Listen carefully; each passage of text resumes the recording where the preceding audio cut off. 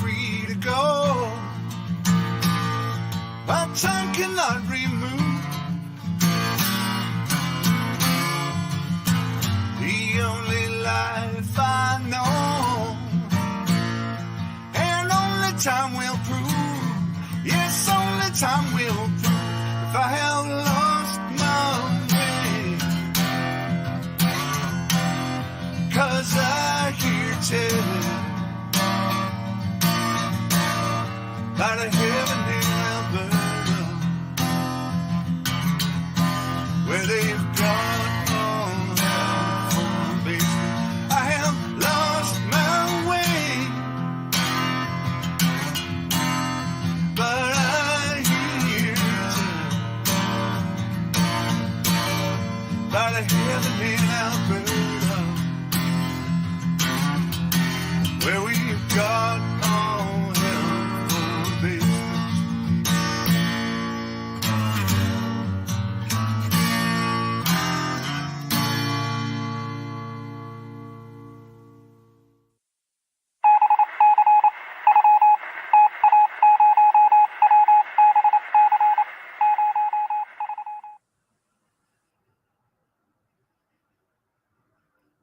Hi, everyone. Frankie here, New West Reset. Welcome back. Thanks for shooting in, joining me for another New West Reset Live. Episode 19 tonight. And a guy's going to try to make this a weekly event. So this, I guess, is my second week in a row going live, or second time this month. I used to do a monthly thing. Anyway, a guy's trying to do a weekly thing here. We're going to try to, I don't know, shoot for Friday nights, eh? Hence tonight, Friday. Welcome, Friday, June 23rd, 9 p.m. here in Calgary, Alberta, Canada, eh? So how's it going? Welcome. Hope everybody out there is doing all right. Crazy weather up here lately, as you know, you'd expect, because Canada, right? First, we had forest fires and wildfires because it was drier than a popcorn fart. And now we had all this rain. But the rain was good. The rain helped with the fires, but then there was some flooding. So, it's always something, right? So that's fun. And typical Canadian. I'm pissing and moaning about the weather for sure there, bud, because, what else is really going on up here? Not much. That's why we try to get involved in everything up here in Canada, eh? Like with that unfortunate event with that submersible thing down in the ocean there. And the launching point, I guess, was St. John's, Newfoundland. So, again, hey, don't forget us up here, eh? We want to help out too, but, just ignore our prime minister, our country's leader. He's a bit of a putz. He's a bit of a goof. As we say up here in Canada, oh, he's a knob, eh? That guy's a knob. Oh, for sure, bud. Anyway, enough with all of that. Welcome. Once again, thanks for shooting in and joining me here for this New West Reset Live number 19. I've been jibber-jabbering about Calgary. And that's kind of the topic for tonight is Calgary. But there's a Calgary, Scotland, don't you know? Specifically the Isle of Mull, M-U-L-L, Isle of Mull in Scotland. It's one of the bigger islands down in the west by southwest part of Scotland down there, I think. I don't know. That's where she is over there, eh? So we're going to have a look at that in a little bit, eh? Because there's that's the reason for that place over in Scotland. There's the reason why Calgary has got its name, the city that I live here in Alberta, Canada. Because of one guy, I guess. I don't know. We'll see that in a little bit. First, let's say hello. Maggot's here. kettle is on, bro. Just gonna make a cup of tea. Cup of tea. Yeah. There's Annie, Orphan Annie. Turquoise person waving. That's one of them special emojis that it's all fancy like. You know the one. Good to see you, Annie. There's Logan. Howdy, howdy. Welcome. Hey, JJ. Hi, hi. Hi, Joe. Joe Cool. GG Organics. Welcome, welcome. Thanks for coming by.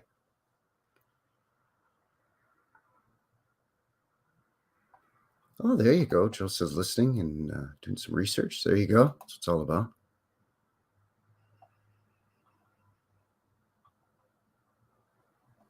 Yeah, it was chilly. Today was warm. Today's still nice. It's just after 9 p.m. and it's 20 degrees Celsius. So that's beep up a little beep beep beep pop beep beep on my computer. That's around 70 Fahrenheit's heights of the Fahrens. I don't know. It's around 70-ish. So not bad, after a couple of days of rain. Solid. The rain's solid too. Straight rain. None of the sprinkle, and then the sun comes out for a little bit. Hello, and the flowers and birds are all happy for, about 6 hours, and then a few more. Sprinkle. And you're out there. Oh, it's lovely. No, talking about blam from the sky. Biblical type rain. And my neighbor was out there putting animals in his canoe. I'm like, that's not going to work, Jim. It's not going to do the trick. You need a bigger boat, as Roy Scheider said in Jaws. Anyway, fires are, there's still a few spatterings up in the northern areas where they still didn't get as much rain as I did. Of course, British Columbia and Saskatchewan, which is just a fun thing to say. Say it with me now. Saskatchewan. That's right. I don't even know what kind of word that is. Saskatchewan.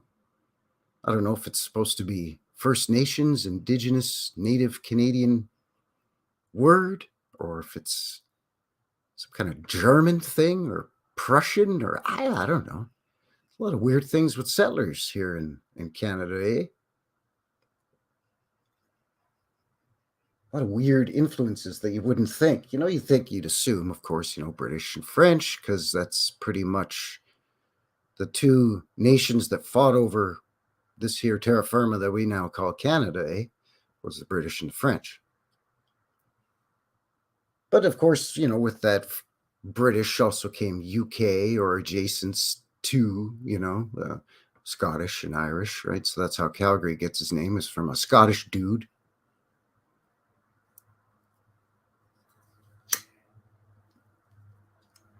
So there's that usual, But then we get like a lot of Prussians and Ukrainians. And this back in the early to mid 1800s, in Manitoba, then Saskatchewan. Say it with me now. Saskatchewan. And then here in Alberta, right? The farmers. Wheat, barley, oats, alfalfa, you name it. Whatever they could grow. Corn. Oh, we got some corn going there, bud. Got some corn going, bud. Anyway. German.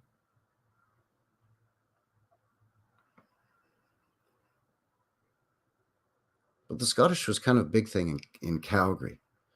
UK in general, a lot of, again, the whole British thing, but, there's a lot of Scottish and Irish and British, English, as part of the early pioneer narrative in and around here. One guy was this guy who was part of the Northwest Mounted Police, which became the Royal Canadian Mounted Police, the Mounties, Dudley Do Right. I did a whole live stream on that, so check that out. Maybe I'll put a link down here in the box in the description after this thing. So if you want to check it out. It'll be on the playlist anyways. The New West Reset live stream playlist. So you could check that out in the channel. Anyway, apparently this guy was in the Mounties, later became the RCMP, which is what they are now. It's our national police force, right? Each city or province or both will have its separate police service or sheriff, that kind of stuff. County sheriff, because we have that whole Wild West narrative thing. So you got to have a county sheriff now, and marshal. You got to have marshal. Anyway, going off on a tangent. Just having fun doing the voices and having fun. Anyway, yeah. Well, they went to New Zealand and they went to Australia. We got a lot of Indian too, as in from Indian, because we already had our own native Canadian Indians. Hey, bad joke. Anyway, no disrespect intended, of course. Because that's a dumb narrative, right? Is they were coming over to try to find passage through, around a quick way around to the east by going west. And when they discovered the quote unquote New World and saw the quote unquote red-skinned native peoples, they thought that they were Indians from India. They thought they had somehow gotten to India. And they're like, oh, them's Indians. Or some dumb, I don't know, that crap they teach you in school.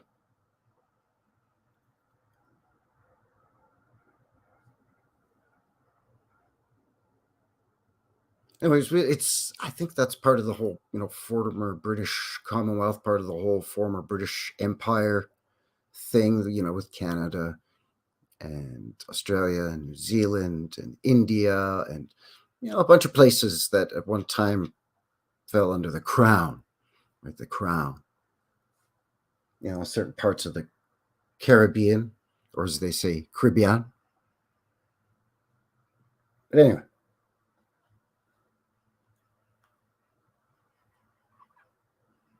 It's just that down under, they got this was built by criminals as part of a penal colony. Whereas up here in Canada, we get built on the backs of the rugged pioneer fur traders. I don't know how you can build these old world stone and red brick structures when you're busy trapping beavers and muskrats and mink and everything else. While fighting off them wild Indians, by the way, that are trying to scalp you and all that stuff. Same as down under, that's they're supposed to be criminals, but hey, you got to build your own prison. You hear me? Now, get to building it now. But I was a pickpocket back in London, sir. I don't know how to be a stonesmith. I ain't no kind of smithy, sir. Get to building. You heard me? Whoosh. Right? This makes sense. Yeah, just my cockamamie theory. Well, yeah, there was, of course, because, Australia was huge. So some parts were penal colonies by the narrative. Some parts were, early English settlers, much like parts of Canada. And, of course, the founding states of what would become the United States. Welcome, Matt. Howdy. So anyways, I think it was purposely made easy for people to move about if, they belong to a country that was part of the British Commonwealth. You could just go, oh, you want to up and move to, Alberta, Canada from Scotland? Fine. There you go. Buy your ticket on a ship voyage, a steamship or whatever. In some cases, people would be sponsored to come over.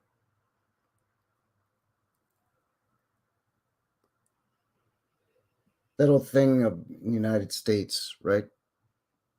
With the settling of the prairies, the opening up and settling of the prairies, the Wild West. The same thing applies here in Canada, what you call the Great Plains, sort of west of the Mississippi and into the Great Plains region of the United States is what we call the prairies up here in Canada. And it's the same story. There's the narrative of they were giving away land. There was land lotteries down in, Oklahoma and former Indian country down there. It was practically the same thing up in Saskatchewan and Alberta up here too. It wasn't quite free, but it was next to free. I mean, you could buy acres and acres for on the dollar kind of a thing.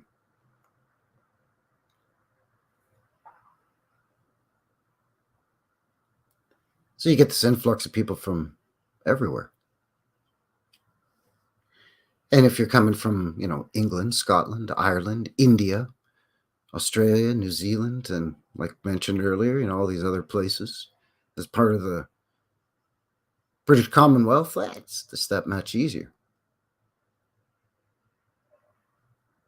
Heck, there was a time if you had a, British passport, that could be used as a Canadian passport, as an Australian passport,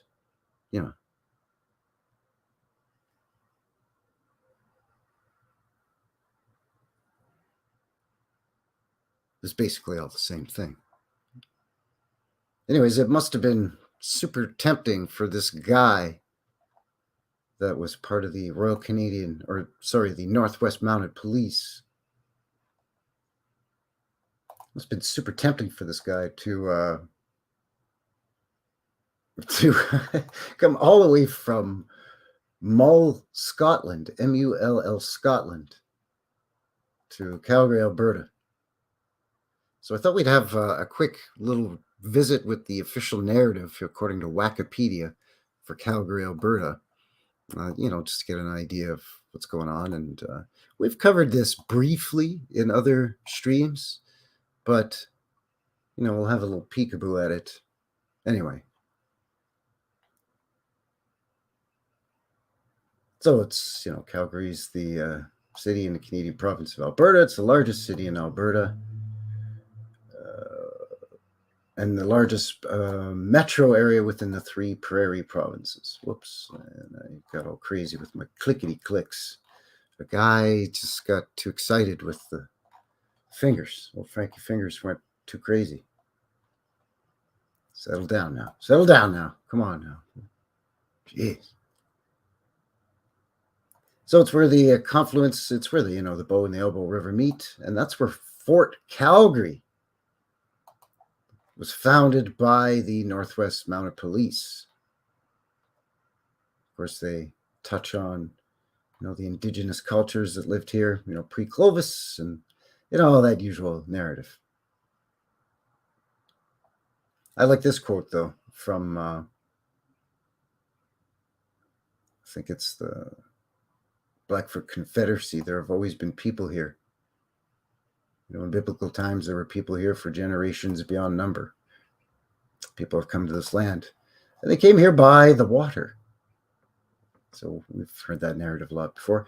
I've talked about this guy, David Thompson. He's kind of the Canadian version of Lewis and Clark. And he worked as a cartographer and fur trader for a couple of fur trading companies, one of them being the Hudson's Bay Company, which is still a big chain of department stores up here in Canada. You could still get your Hudson's Bay blankets there, your genuine bona fide smallpox blankets from the Hudson's Bay. Kind of kidding, but anyway. And basically, the Northwest Mounted Police came out here in 1873 to establish the fort to help to protect the fur trade. As it says here, protect the fur trade, and also something about, there it is, American whiskey traders.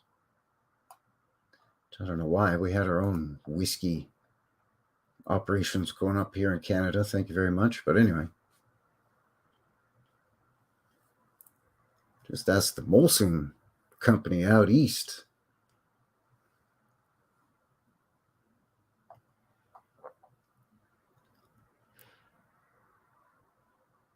So from north from Fort McLeod, which is a city down southern Alberta, south of Calgary, and they wanted a fort up near here. So he originally called it Fort Brisebois. That's Brise Bois in English. Brisebois means like broken wood or cracked wood, break wood type. Basically, is what it. So he named it that. But James McLeod, oh, he wasn't too happy with that at all. He could not abide by that Frenchy name. He decided it had to have a good and proper Scottish name. None of this dirty, disgusting French pig Latin. Right? So he decided to name it after where he was from, which was this town of Calgary. Whoops. Hang on. Amateur hour, sorry. Calgary in Mull, which is in Scotland. It's a hamlet on the northwest coast of the Isle of Mull in Argyll and Bute, Scotland.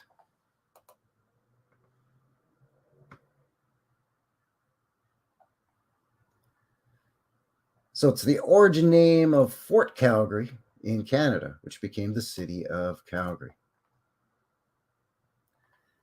So, of course, you know me. A guy got to thinking, well, what's so special about this place that has this guy have this Northwest Mounted Police head honcho guy, some general. Yeah, that's pretty decent. That's half decent Canadian whiskey, Maggot, Canadian Club. Half decent.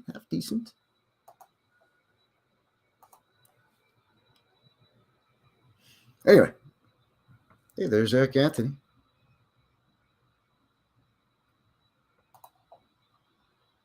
Howdy. Welcome. So I thought to myself, why would this general be so upset? I mean, he didn't build the fort; he was just stationed there. I personally think parts of that old fort were already there for reasons that is again where the confluence of the Bow and Elbow rivers meet, and it's said right in their own official narrative that's how this area was traveled a lot, and accessed was through the waterways.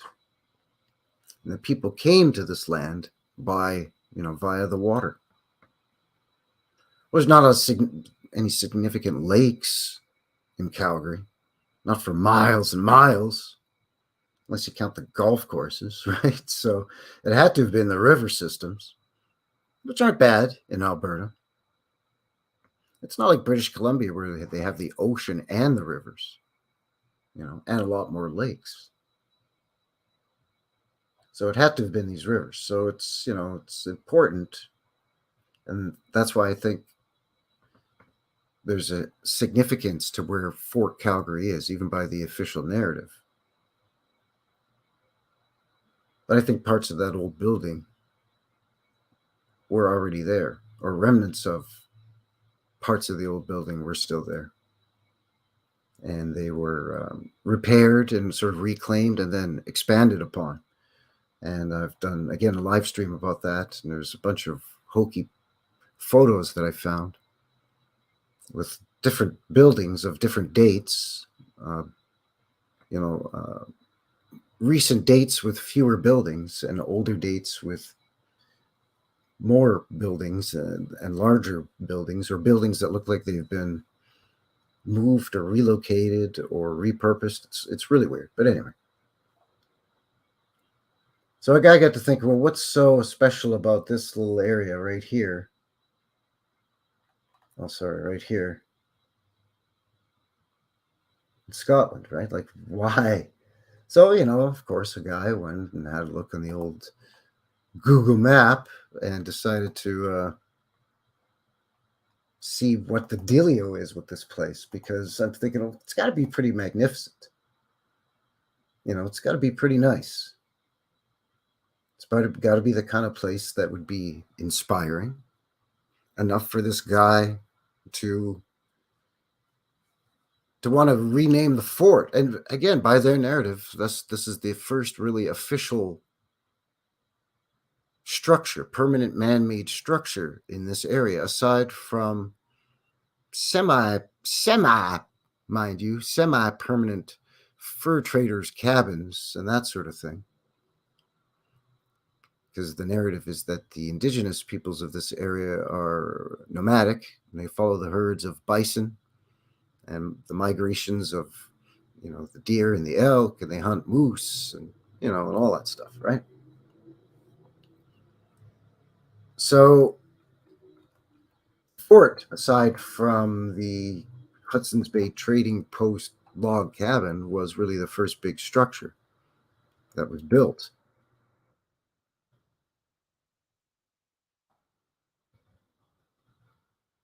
And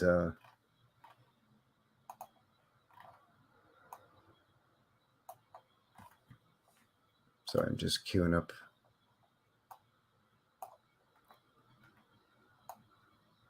the goggle maps here so we can have a peekaboo at this thing. A guy can get your ocular sphericals peekabooing at this. Anyways, it had to be something that this guy it was so inspired that he would rename this fort of significance that's there to protect the fur trade, to protect the indigenous from the evil American whiskey traders. That he just had to rename it after this place where he's from. I guess not totally unheard of. Of course, lots of places are named after other places. Hell, half places in Canada are named after other places over in the UK. We've got a London, Ontario, and a Halifax, Nova Scotia, and Nova Scotia itself means New Scotland. So, come on. But it's usually a reason, right? London, England, London, Ontario. I mean, London is, pretty big. It's pretty significant. So let's have a looky-loo here at what this Calgary, and there's Calgary Beach here, and this Isle of Mull. And I'm not going to lie. This is a beautiful sort of inlet here.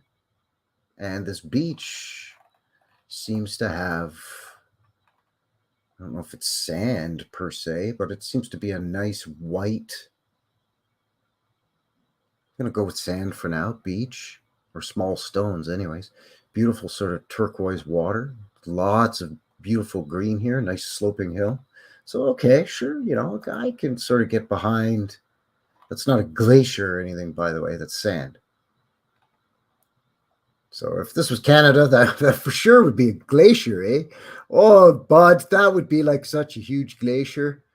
There'd be like sea lions and whales all around there, eh? But no, sand. It's southern Scotland. So anyway. So yeah, it's nice, but it's like, okay, Calgary Bay. Okay, Calgary Beach, Calgary Bay. So where's Calgary? They're according to Goggle Maps, this is Calgary. Okay, where are we? There's Isle of Mull. There's, I think, 30,000 people on this whole island. And it's not really near anything. No offense, but it's not really near anything. Glasgow is way up here, and Edinburgh is way up there. It's an island, right? It's an island. Oh, and why did it come on now? Quit playing. Why did you put me way over there? Anyway.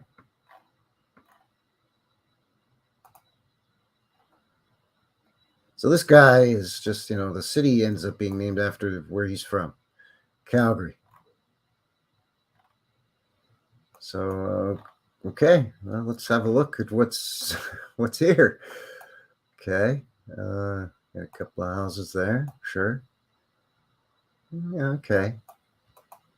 It's not entirely unusual, especially in Scotland. Sure, it's normal.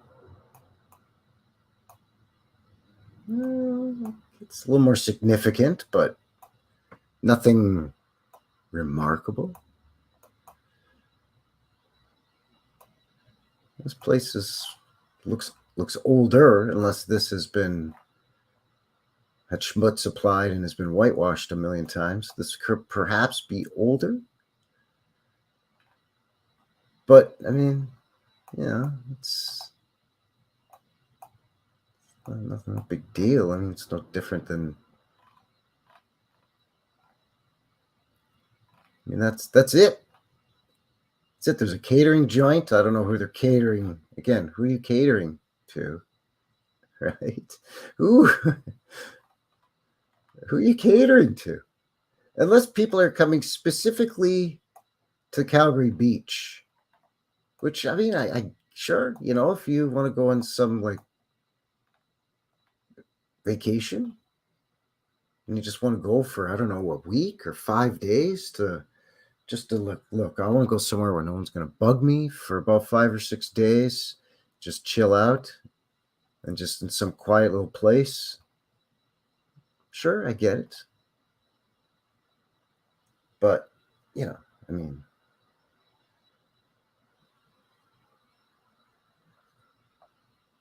how long is the beach? Yeah, I don't know. A guy doesn't know how to use the measuring tool in this thing, and I don't want to muck around with it. Sorry, but I mean, it's let's say, I don't know, a mile. Does it say? No. It says it's tourist attraction. Just give him 4.8 out of, I don't know, however many stars. It's just 4.8 out of 6, I guess. I don't know. Does that make 4.8 out of 5? No, I don't know. It's open 24 hours. So you can get yourself a beer and just, grill yourself up a burger or a steak and have a brew and just chill out on that beach, eh? It's pretty nice. But anyways, yeah, let's look at. Come on, man. There's got to be something around here, like So of course, I start poking around. I'm like, no, there's nothing. It's just houses, just random. Like, why are they out here? I even thought, oh, here we go, Moornish schoolhouse. It's just this. It's nice, old stone schoolhouse. Probably built in the 1800s or something.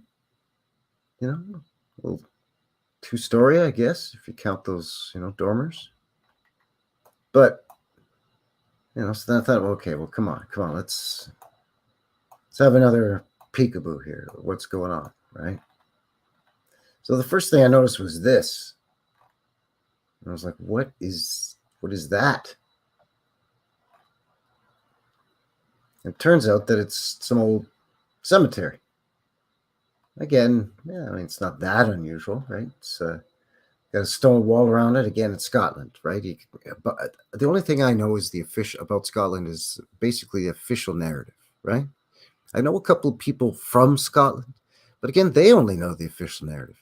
You can find a lot of old castles because of the Scottish lords and the land titles and the land deeds and a lot of the, the British royalty, held lands in the Scottish countryside and yada, yada, yada, right? So these were these estates and they had walls and to border off the different sections of land and property ownership or because of, herding sheep and all that stuff, right? So I'm kind of used to hearing about castles and walls in Scotland to some extent. But I still thought that this was really neat because there's no old church or anything. I mean, normally there's like, these are just houses. I mean, I went all up and down this road like I am right now. There's no old chapel or anything. And I'm guessing that if this is pretty old, I'm going to guess, again, maybe the same as that old house up that we just looked at, or that little schoolhouse, 1800s, early 1800s, maybe even 1700s. I don't know. That if there was a chapel or a church, it would be stone, not wood. So it would at least still be standing or partially standing. And I looked at all of these up in here, and they're just, houses, right? But then I saw this peeking out from behind these trees, and I was like, hello, love. What have we here? Right? What's this? I thought, well, it's Scotland, right? It's a castle. It turns out that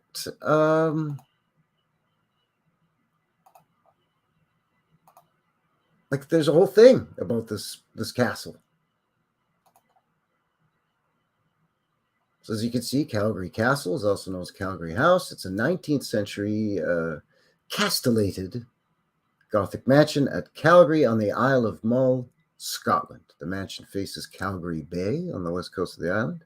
About 13 kilometers or kilometers, from Tobermory, and is a Category B listed building. Whatever that means, I do not know. Let's see what it says. Historic Environment, Scotland. Okay. So it's not quite your A. Not quite the top of the line. It's just kind of It's not Brad Pitt. It's Christian Slater.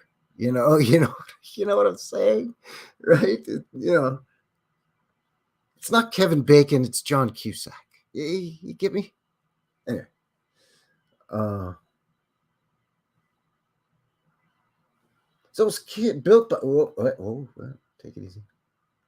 It was built by Captain Alan McCaskill, who bought the land in 1817, and it was completed in 1823. Then in the 1870, John Monroe Mackenzie acquired it. It's got subsequently extended to the east away from the coast. So he built an extension onto the thing. Calgary Castle was later owned by Colonel Eric and Elizabeth Mackenzie. From 1948 until the 1970s, they planted over 150 species of rhododendron, azaleas, and exotic plants, and created the Woodland Garden, which still stands. Oh, that sounds bloody lovely. Look at that. That actually is quite lovely. Nice. Okay, sure. Fort Calgary, and we'll have a look at in the second. Well, look at this ridiculous photo, by the way. And I think I showed that photo on my Fort Calgary live stream. It's just ridiculous, the doctoring and the fudging on this photo. But anyway, Fort Calgary in Canada, from which the present-day city of Calgary developed its name after Calgary Castle.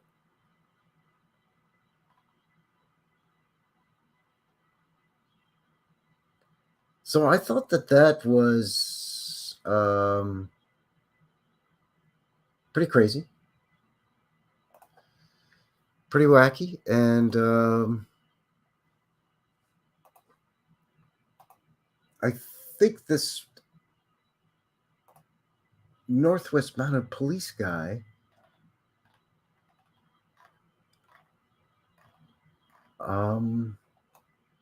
wasn't his last name Mackenzie?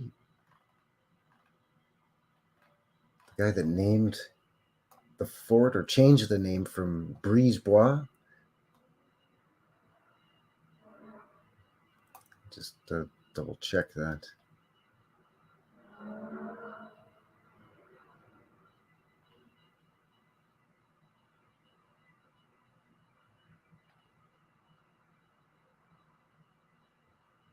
Oh, it was McLeod, not Mackenzie. Yeah. He's Scottish, though. Let's have a look at what this guy's up to. I've never even bothered checking out what this wacky story is about this guy. Lieutenant Colonel James Farquharson? What kind of handle is that, buddy? Say, man, What is your middle name? Farquharson? Farquharson. Farquharson. Farquharson.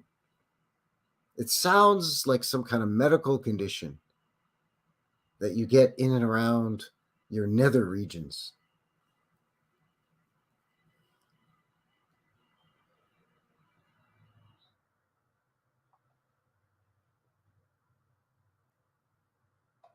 So he's from the Isle of Skye.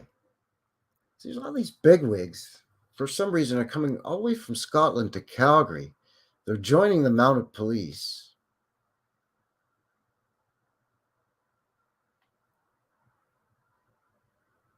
I wonder if there's an attachment between the MacLeods and the Mackenzies. Is that the same clan? I don't know. I don't know anything. Again, my knowledge of Scottish stuff is Braveheart and that kind of thing, which is great and all, but I'm sure is full of crap. But it's funny because the whole Northwest Mounted Police thing is based on Irish infantry or maneuvers or something like that. Anyway.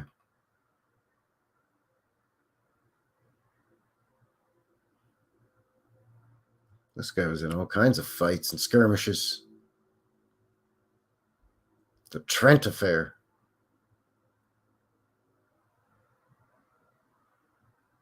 During the American Civil War, eh? Huh.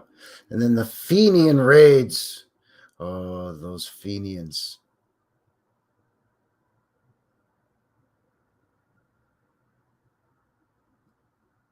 There's a series of incursions carried out by the Fenian Brotherhood, an Irish Republican organization based in the United States, on military fortification, custom posts, and other targets in Canada in 1866 and again 1870-71.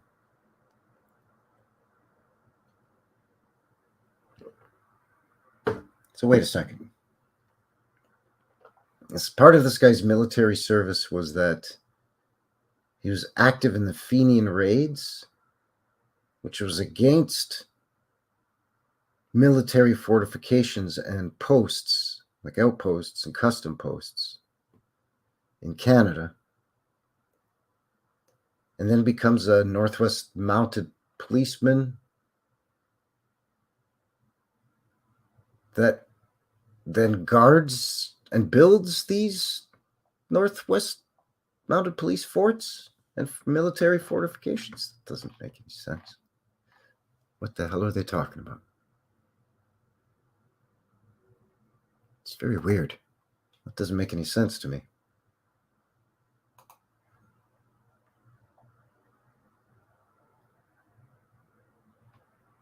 So I decided to see if I could find some old photos of this Calgary castle in Mull, Scotland. And it was bubkiss. A guy couldn't find a thing, eh? There's like, I tried wording it in tons of different ways, and I could not find any old photos from the 1800s, 1900s, any construction or build photos, even of the additions, or apparently it went through a renovation, I think. Changes of ownerships, obviously, even though it seems apparent that it stayed within the same family, the Mackenzie family. But still, changes of ownership. One would think that eventually, right up until the 1970s. So one would think there'd be old photos, but a guy couldn't find squat. Jack squat.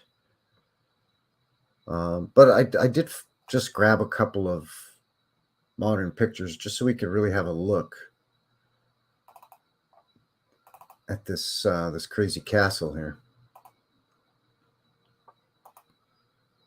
We can kind of, it just gives us a better idea of what we're dealing with. Again, it's nothing super duper extravagant in terms of the big, massive turrets, and you see them built on the precipice of some, Scottish loch, right? But I mean, it's still this, big stone. I mean, it's built out of these pretty large stones, or at least facaded with big, large stones. It still has, some modest castle inspired or castle like towers with these, again, these sort of turrets here, whatever these are called. And we've got what appears to me to be, we've got a brick wall back here, or stone wall, I should say, and that's fine. And then this sort of driveway, and the entrance goes up, but you can see there's a huge dip right down in here. And then you see these windows are below this grade here, or this grade here, where you begin to enter the building by ascending, what is that, 8 or 9 stairs or whatever to get into the place. You can see it's quite low down. I would say maybe about a foot and a half down. So that's kind of odd. Again, not huge, expansive or anything, but still quite impressive nonetheless.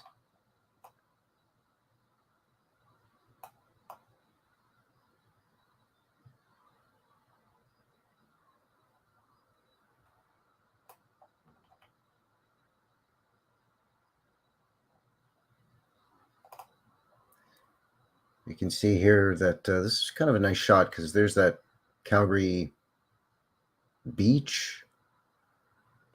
That old cemetery or old graveyard is just kind of in behind this thing over here, sort of in this area. Pretty large stones here, looks like. Maggot, if you're still there,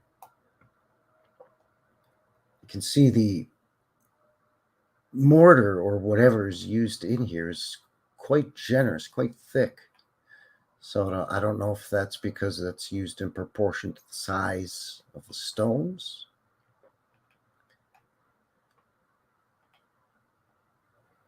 This appears to me to be one block, and then it's got, other stones that are cemented, for lack of a better term, around it, around the perimeter of it. And then later on, somebody's come in and adds some tin flashing or something, or maybe that was added during the original construction of whenever this was built. Some kind of flashing here, but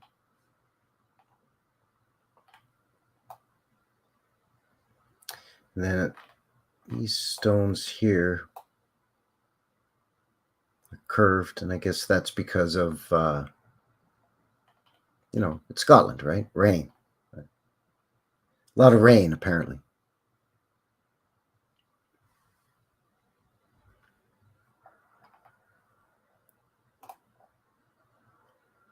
There's another shot from another angle. This one, it's supposed to be the same castle, and I mean, I think it is, but you can see here that from that other one,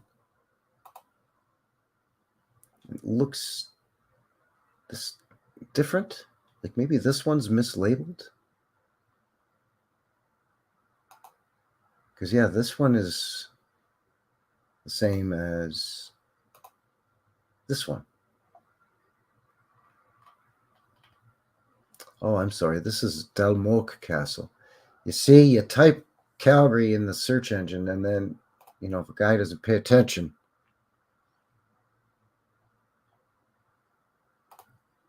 then it's amateur hour. Well, even still, that's pretty sketchy about that other one because it looks like it's the same building, but one has a... Oh, no, I'm getting these confused. So this and this are the same. I'm sorry. My apologies, people.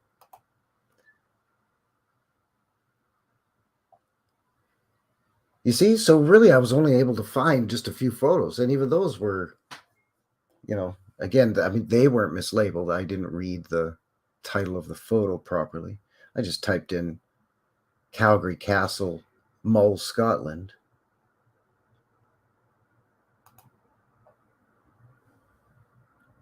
Unless I accidentally clicked in on the wrong photo and downloaded the wrong photo. But even still, it doesn't change the fact that these windows are kind of low and you got to go up to get into this place. So perhaps they have some problems with some of this hillside at the back coming down. And that's why they've tried to build retaining walls all up in here. And they've had to sort of continually remove, the earth from here to keep these windows completely exposed.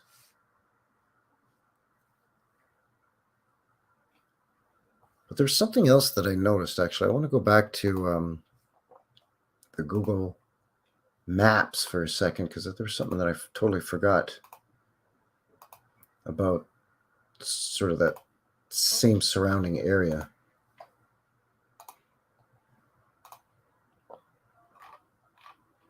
Let me just get this up here for you. Totally forgot about that, eh? So if we just take our guy, let's just take our guy straight down here.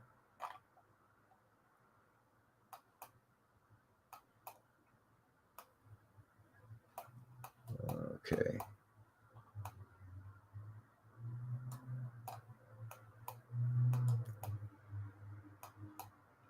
Where did I notice that? Well, I mean, these are a little unusual, but I think it was closer to the beach, actually, that a guy spotted some weird stuff.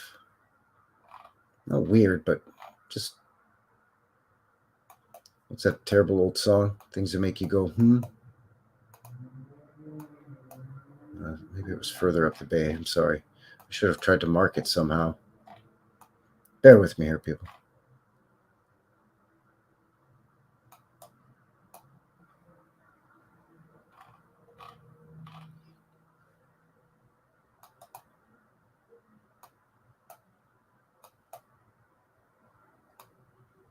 Oh, I'm sorry. Yeah, there it is right there. Duh. Yeah, there's all these. Let's get a little closer now that I know where it is. Sorry. There's all of these, shall we say, anomalies.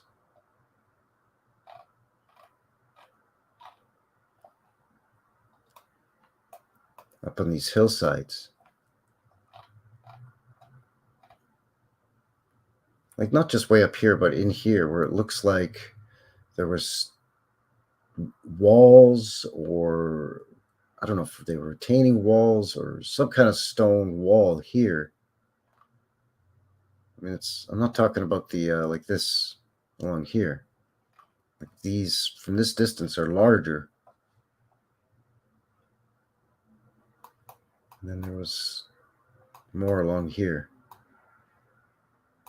Yeah, you got big stuff like this too, just randomly sticking out of the ground, and they're all up the road here.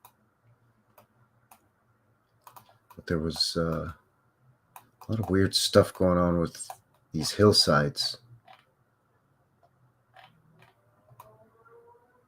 It's just hard because of the trees and stuff, but basically all of this stuff in here just looks odd.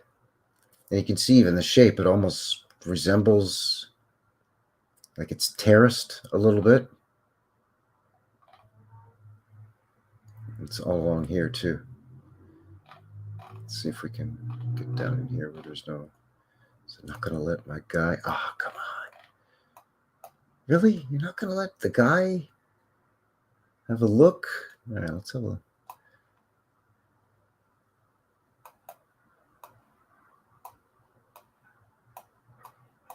Maybe from this angle here.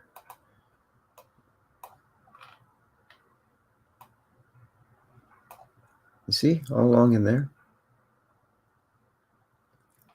I mean, it's about as good as it gets for detail, unfortunately, but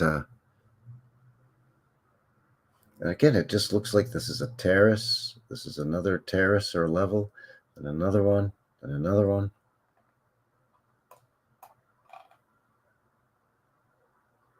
I mean, some of them it just looks like, yeah, okay, it's just like a small stone cliff face or whatever, but some of them look like stones, like big shaped stones. And again, I don't know anything about the official stories of Scotland. If Again, I know that there's, this whole thing of there's a lot of stone walls and castles, but I mean, I don't know. It just the landscape here just looks like, because of all the the green and the moss and the ferns. I mean, this is a fairly recent, I would guess. I mean, it's just following along the road on either side. It's just a property divider type of stone wall. I would say, whoops, sorry. Guys bouncing all over the place. Sorry. But I would say that's maybe, I don't know, maybe 100 years old. I mean, there's moss and lichen and stuff on it. And it's all just overgrown, right? With all this green.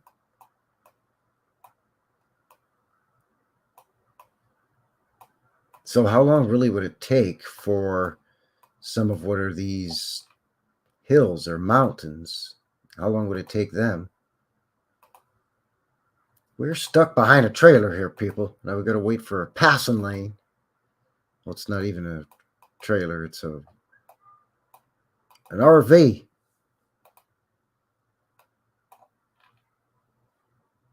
But I mean, if this was some kind of stone structure, some kind of fort, some kind of castle, a series of walls, some kind of giant ziggurat or step pyramid, like, I don't know. This is all spitballing, speculating. But I mean, if it was, or a series of them, just like some of the earthen mounds in the Americas and other similar structures that we see all over the world. I mean, I don't know. I know that there's a lot of weird looking stuff with Scotland and with, some of these islands in here, just in terms of the land just looks odd, right? So I don't know. This whole thing just was a huge tangent for me when I was thinking, well, wait, Calgary, Alberta, where I live, and then I find out there's a Calgary, Scotland, because of this general from the Mounties or whatever, or this lieutenant colonel or whatever.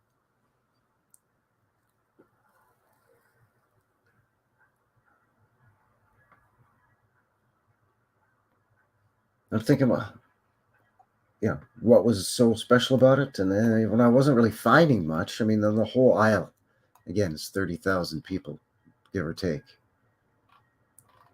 So why so significant? But then I see, the old graveyard, and I don't even know what this is. I can't get close. That's the castle there.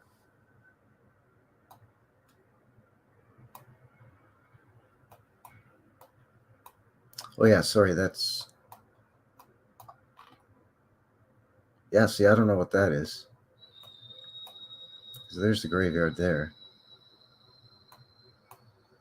So again, I don't know. What is this over here that shows up, on the, from above, this right here. Or sorry, this. That's the graveyard.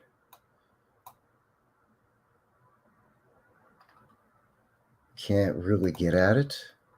Don't really know what it is. Is it the gardens from this?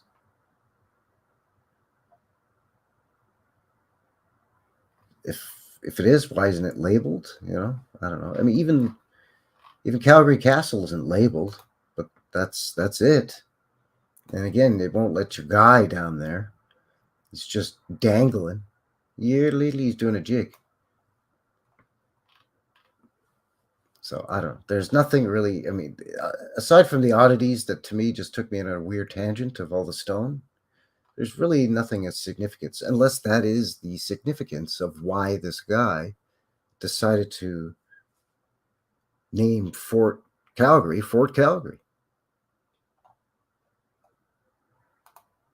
There is a lot of stone around here. I mean, on my channel, on all my Sunday video uploads every week, I show boots on the ground of stone buildings here in Calgary. Some of them are a combination of red brick and stone. Some are stone. And the stone is sandstone. So what were the Northwest Mounted Police, later on the Royal Canadian Mounted Police, doing out here really? Were they really protecting the fur trade? Was the fur trade really that much of a thing? I mean, I know it was a significant thing for England and for the crown. They're the ones that made all the scratch, the the cold hard cash from the fur trade. I mean, not all of it. You had your wealthy merchants and middlemen, and yada yada, the song and dance. But you know what I'm saying.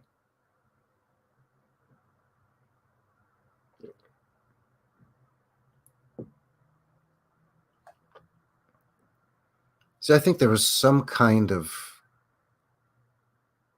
catastrophic event in recent times out here that was used as a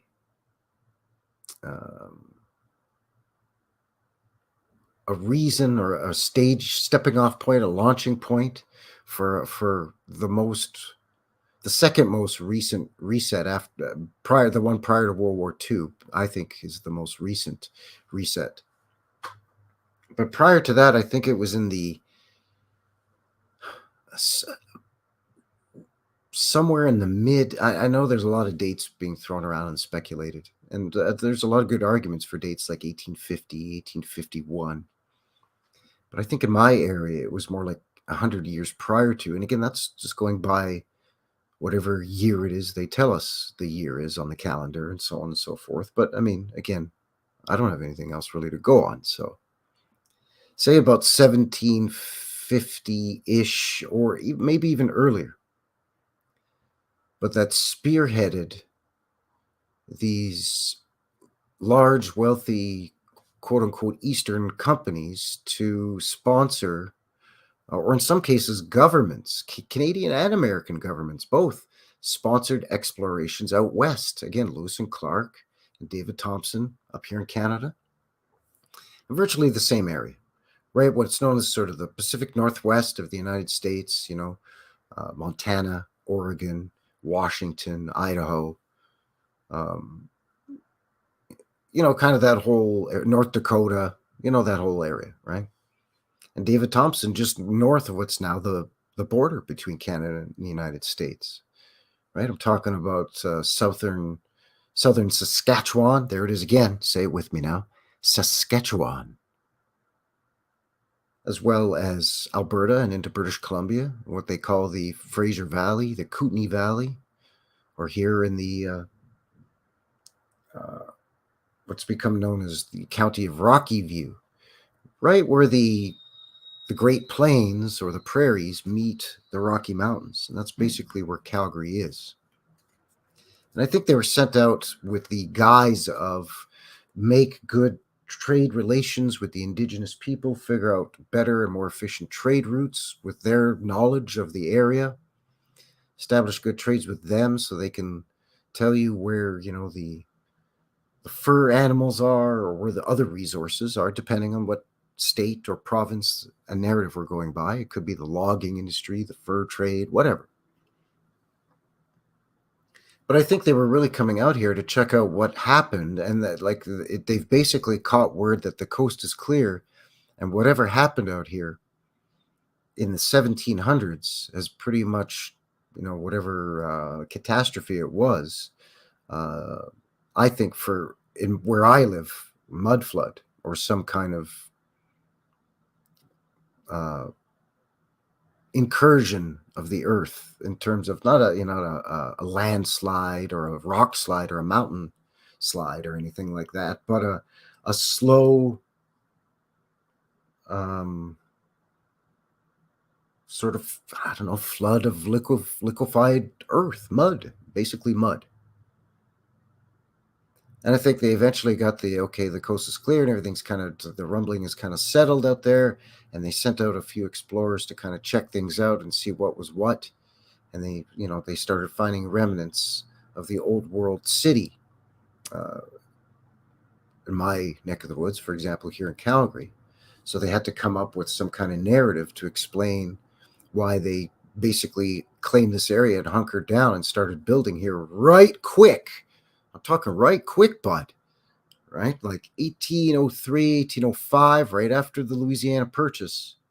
Lewis and Clark made their way west, and David Thompson came out here. Southern Alberta, where I am, basically was, if not part of that Louisiana territory, very close, like right on the cusp of. And I think they came out here to, kind of get a first peekaboo, a first looky-loo as to what was left over, what could be salvaged, what couldn't be. And then you had the sort of, all the controllers come in. And they had to invent some kind of narrative for where I am. So it was like, well, it's sort of the gateway to the Rocky Mountains, gateway to the New West. We'll establish a trading post and, the Northwest Mounted Police out there to safeguard the interests of the fur trade for the Crown Company and yada, yada, yada. And so we'll send a bunch of people out there and the railroad out there and so on and so forth. And eventually you get these boom towns in the 1800s and early 1900s. So they had to come up with something quick. There's not really a lot of gold around here, so they couldn't come up with a gold rush narrative for Alberta like they could with the Klondike up in sort of Northwest Territories and the Yukon, or in some cases, north of British Columbia. Where I am, there's not a lot of trees. You got to go about 50 miles west of where I am to get into the heavily wooded areas, so they couldn't really come up with a logging narrative. They couldn't really come up with a mining narrative here either. So they had to come up with something, so fur trade it is. That's kind of just my theory on why all of a sudden the Mounties had to be here and all of a sudden had to build this huge fort, and why the fort was situated where it was, and why the name was changed, and all of a sudden why it was changed by this guy and named it after this place in Scotland where he was from. It was just very, and this place, aside from that castle, I mean, it's not like there's not even a town. I mean, it's by its own official Wikipedia description, and they call it a hamlet. I've been to some little hamlets here in southern Alberta on my road trip down to Pincher Creek, and I shot some footage. One place had less than 40 people, and there were more buildings than in that little Calgary and the Isle of Mull in Scotland. So I don't know. Again, I think that it's almost like they're just drawing names out of a hat, or they've got like they're throwing darts at a board to assemble very loosely, I might add, in some cases, some kind of cockamamie narrative to explain away all kinds of stuff.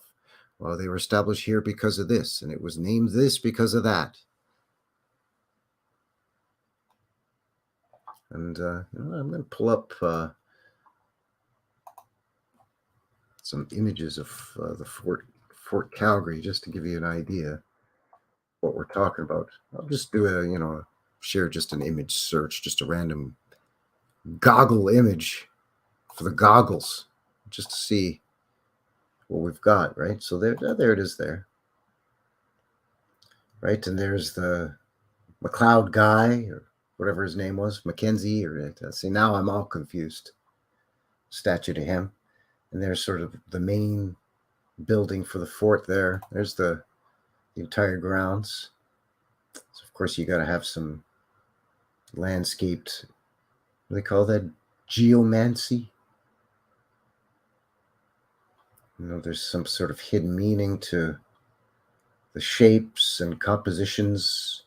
This to me looks like these can form a triangle within a circle. So that's not creepy at all. This is the remnants, apparently, of part of the old wooden fort wall that surrounded some of the other buildings. These were supposedly the barracks, but the armory and where those munitions were stored, and so on and so forth, and all that jazz. Oh yeah, this is that ridiculous photo. Wow, look at that. Yeah. So there's that wooden wall around the fort. And then they've just superimposed a bunch of Mounties on horseback with couple of dogs, and some in the background. Some guy just on a chair, just kicking it back. I don't know if you're seeing that. Sorry, can I make it much bigger? Not really. Maybe a little bit. This guy just kicking it here in the chair. And then, you've got to pepper in a couple of indigenous. Of course, they've all got their Hudson's Bay Company blankets, throw in a couple more dogs, Mountie with a pipe, and yeah, there you go. But yeah, some buddies of mine and I were just laughing at how ridiculous this photo is. And then the horizon is just chopped. They even, I think, chopped off part of Ted's ears. Ted is the cousin of Fred, Fred being the horse that built America. Ted's the Canadian cousin, eh? His real name's Theodore, but he prefers Ted, eh? Yeah, that looks like they just chopped that straight across. And just whitewash all this, paint it, hand painting, maybe some clouds, and there you go. And then it just says 1878 Fort Calgary. Okay, sure. Hilarious photo. Of course, it's a corn pipe. You know that. No, it's a corn pipe. Corn. It's got to be corn. But yeah, I'm going to head there this summer. I'll take you with me. There's the fort there, and then again, that old remnants. But you can see something here that leads me to, and again, because it's right on this is the Bow River. You know what? Give me a second here. Give me a second here, people. Hold on here, people. Let me just do this instead here. Let's just have a look-see at that that picture where we can just have a real good look-see at it here. If you see what I'm saying. I know you see what I'm saying. Scrutinize, but you can see here, right? This to me looks, I don't know, just the shape of it looks very suspicious. Now, I've always suspected that Fort Calgary was the remnants of an old star fort, and I thought that this was one of the likely locations. The Bow River right here, and this is the Elbow River right here. And this is supposedly the original site of the fort. And apparently one of the older railroad stations was right here. The track still runs through here. So I always suspected that there was a star fort in Calgary. Not that Calgary was a star city, but there was a star fort. And I thought it was going to be one of two places, either here at Fort Calgary, which made a lot of sense, or underneath the surface of the water in the Glenmore Reservoir. But the more I look at this, especially from a couple of different sort of bird's eye shots like this, I think that this at one time was an old star fort. And they messed with it, and then they re-landscaped. Well, they messed with it, and then they built their old crappy, rickety wooden fort, basically inside the confines of what would have been part of the old star fort, which I think was this whole thing, essentially, from here all around.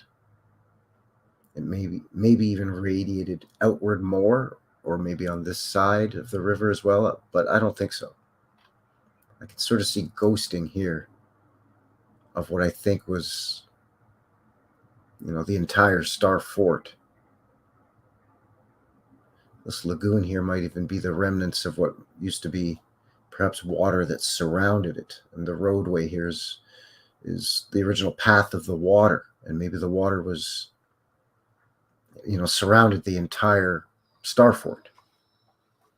But anyways, they mess all this up. They build their crappy wooden stuff, and then they say, "Oh no, the Mounties came in here and built their old fort to protect the Indians and the fur traders from the dirty American whiskey runners and whatever." And it's like, I don't know.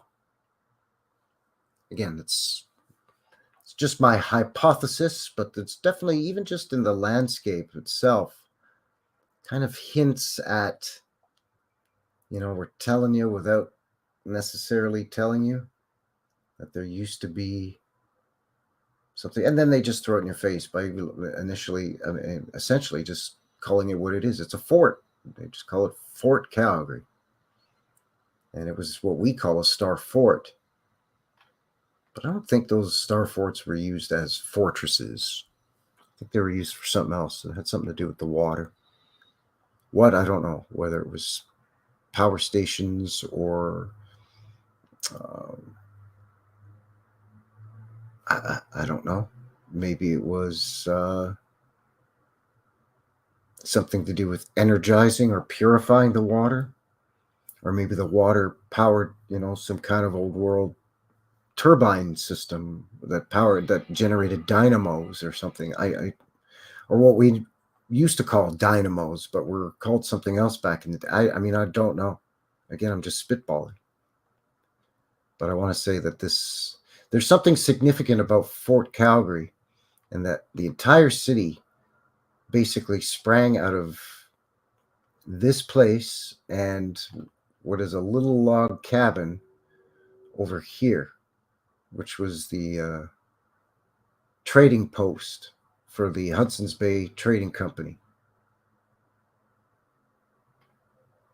That little log cabin's still there today, built in the, I think, early 1870s.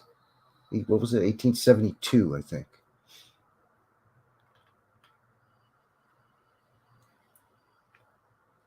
So I'm about a guy's not. I mean, I don't know.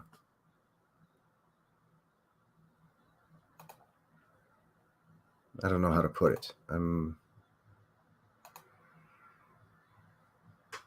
sure, but I'm not sure. Like, I'm just pretty sure that this is a star fort, or was a star fort. Yeah, maybe desalination. Although these are freshwater rivers, but I mean, it could have. I mean, it's got to have something to do with water. I mean, what, like 99.9% of the star forts, or remains of what we call star forts, are in and around water, bodies of water, whether it be rivers or lakes or lagoons, or they are where you can see, they're adjacent to what you can see used to be waterways, right? Dried up riverbeds, or no longer used and filled in old canals, or what we were told. Oh, those are old canals. Prior to the railroad, we had mules pulling barges up and down canals.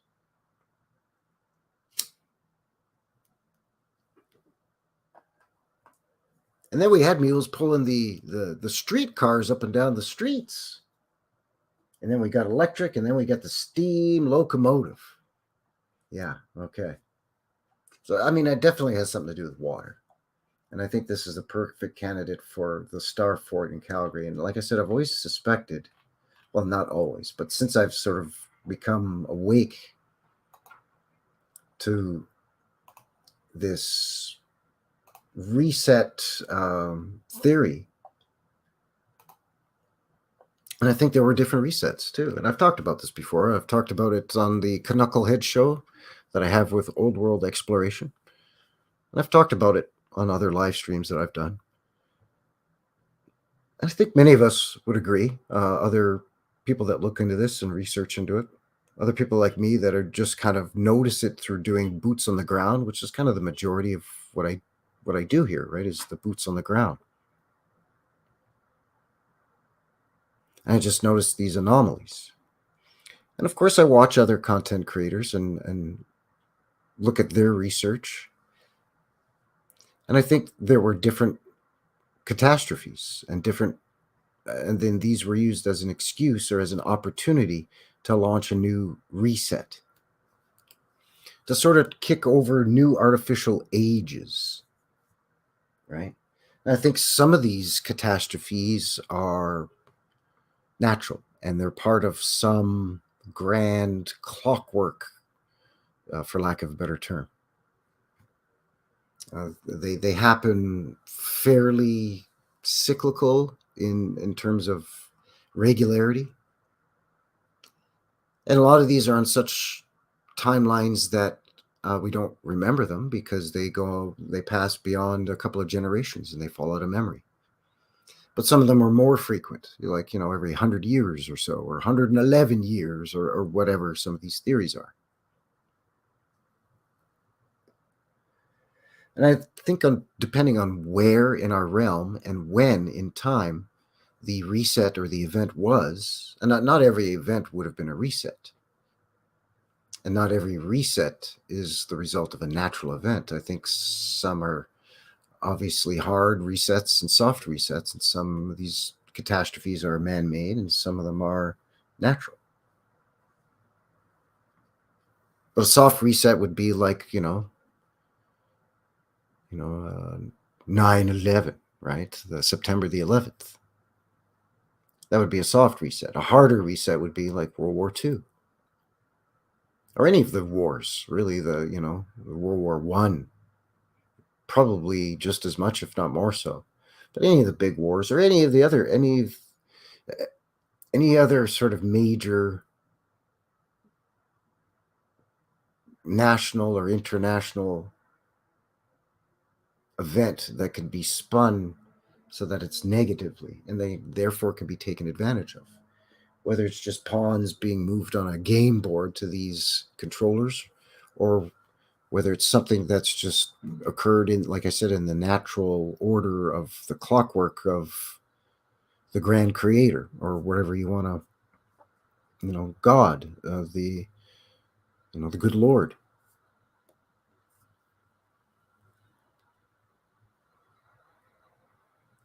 So I think here in my neck of the woods, a guy's pretty sure that it was some kind of mud flood. Was in and around that 1700, mid 1700s ish. Pre Lewis and Clark, pre David Thompson, back when Canada was still called Rupert's Land and it was owned by the Crown. And it was basically given as I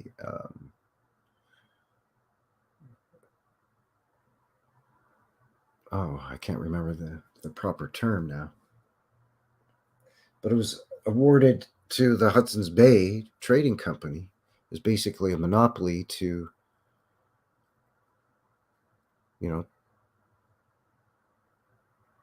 basically control the fur trade industry that's coming out of Rupert's Land, which became known as Canada.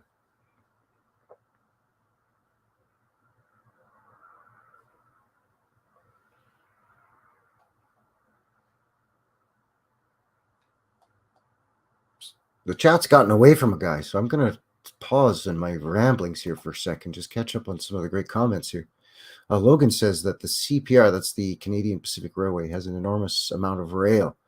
Yeah, it came down into the States. Yeah, they stopped it when discovered a recent 200-foot mud flood zone stopped trains. Oh, okay. He says there's a museum. I should do a stream from Rexford, Montana. Not too far away down there in Rexford.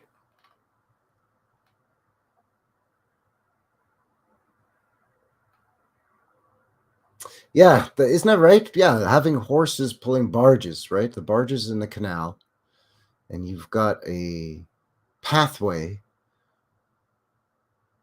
along the top edge of the canal with a mule, and it's tethered to this barge, and it just pulls the barge along through locks and everything, changes in, the water's elevation and all that, right? And then eventually it was a big competition with the railroads. The railroads started coming in and competing with the canal companies, right? But horses pulling barges and horses pulling streetcars or trolleys, yeah, that's just a ridiculous sight to behold, man. Whenever I see an old world photo of a horse pulling a streetcar or a trolley or whatever you want to call it, man, oh man, it kills me every time. Oh, wow.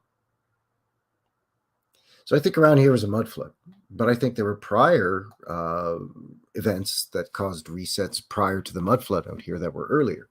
That's why we see remnants of that in the Badlands of Alberta. And Bernie does a lot of that research on his channel over at Crypto Alchemist and Bernie.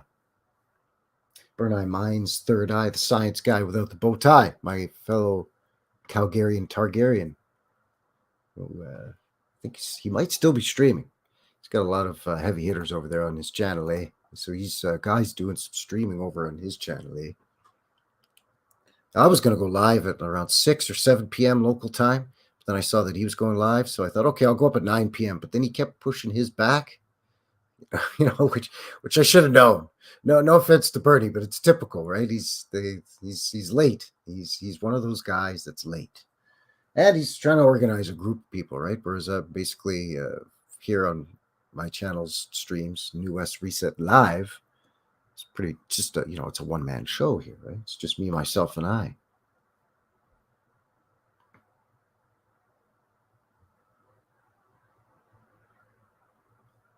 So anyway, the Badlands, I think, were a previous catastrophe here in my neck of the woods in Alberta. Medicine Hat, in and around where Dinosaur National Park is, and up in the Badlands in sort of south central Alberta, just north of me, there in Drumheller. It's dinosaurs. So we don't just have the bison that roam the prairies here, that narrative. And of course, then the narrative of the cattle industry opened up the New West here in the 1800s and early 1900s. Even going way back, we had them. They're dinosaurs, apparently. Them giant ferocious lizards and whatnot that ate plants. Well, some of them ate each other, and some ate plants. And some could fly, and some couldn't fly. Some had feathers. No, they didn't. Yes, they did. No, they didn't. Turns out they did. They were cold-blooded. They were warm-blooded. They moved in herds. No, they didn't. They were solitary. They laid eggs. They had live young. They laid eggs. The ones with feathers couldn't fly, but the ones without feathers could fly. What? Yeah, apparently the dinosaurs here in Alberta, just running around doing their dinosaur thing, doing their Jurassic stuff or whatever. Them velociraptors, turns out they had feathers on them, but they couldn't fly. But pterodons, like pterodactyls and so on, they didn't have feathers, but they could fly.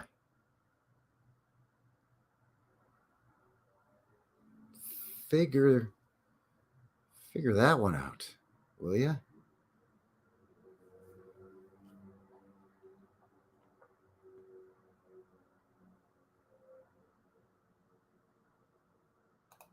It's Maggot saying here, he says, Frankie, they need a story for the rebates on the insides of bridges.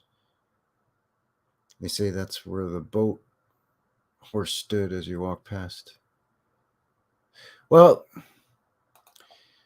they got to explain the engineering and the structure involved in the canal systems and in these bridges,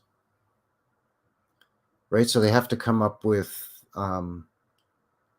that these were canals used to move product around, and they were pulled by mules because prior to the Industrial Revolution and later on electricity, there was really nothing.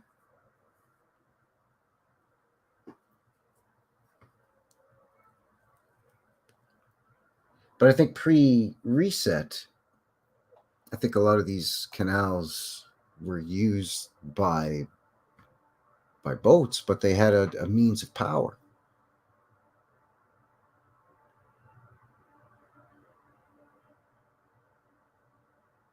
Now, what that means of power was, I don't know. Maybe it's somehow linked to these star forts that we find everywhere.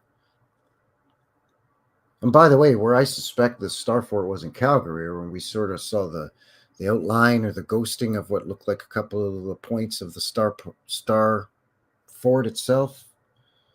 I mean, that's not the only star fort here in Canada. I mean, there's a star fort up on basically on the coast of James Bay, up in northeastern Manitoba, eh? And those are just ones that you can find on the Google Earth I mean, there's, they always blur out stuff now, and then there's stuff again, golf courses, or I don't know, they put some army base there, and they just basically bulldoze and flatten everything, and they put an army base there or something, right? Or an Air Force base or something.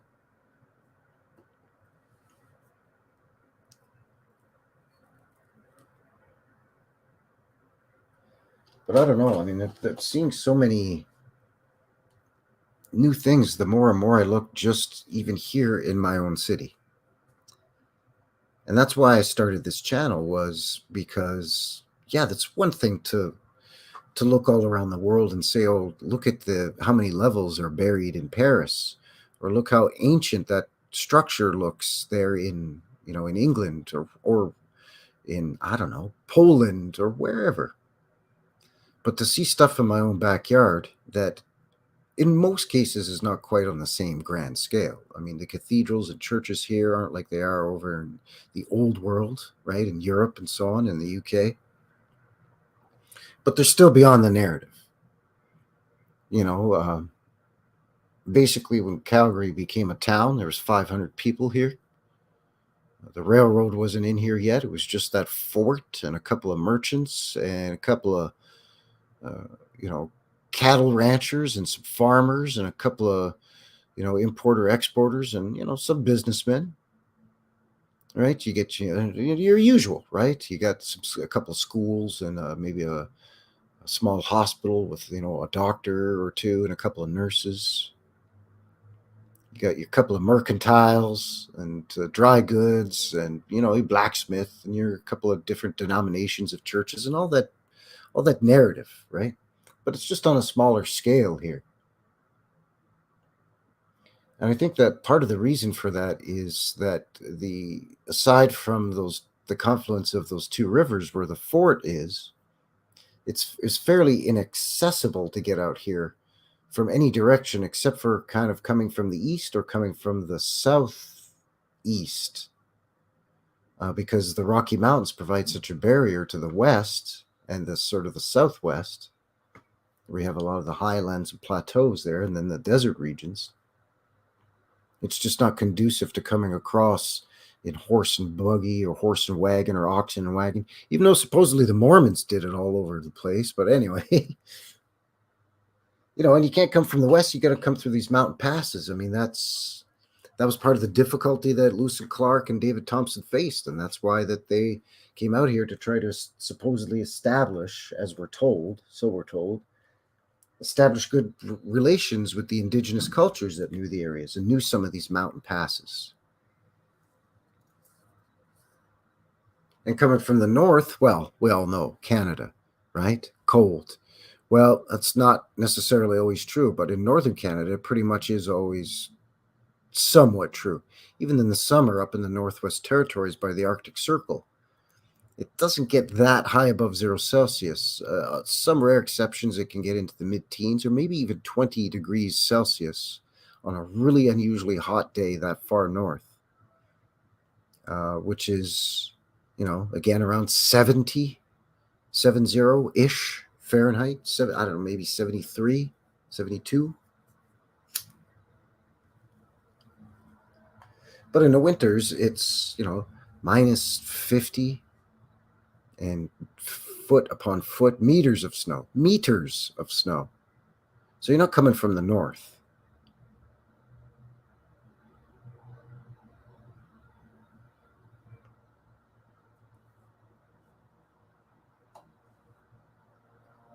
So I just started noticing that a lot of what we were seeing in this community online with old photos and research that everybody's doing, of all these buildings and how similar they look everywhere. I was noticing it in my own backyard, and I thought, you know what, I got to put this on film and I got to share it with people, maybe even other people. Initially, I thought, maybe a few people in Calgary would start to notice that and start to kind of question things and go, I think this guy may have something here. This guy's ramblings may actually have a cohesive idea, perhaps, in theory, anyway.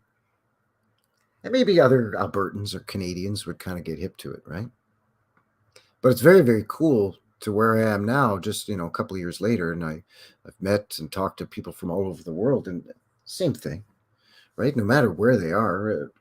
And again, it's a lot of sort of small town Canadiana or small town Main Street USA type places where I'm meeting people or talking to people online. And we comment and communicate back and forth. And they're saying, yeah, like I live in a town of like 30,000 people. It's pretty much, that's the biggest it's ever been. And the churches and what we're told is the old post office and the old state capitol building or the old town hall or the old railroad station looks the same as the stuff that we're seeing all over the realm. Stuff over in the quote unquote old world or up where you are, up in Canada, eh? So it's amazing.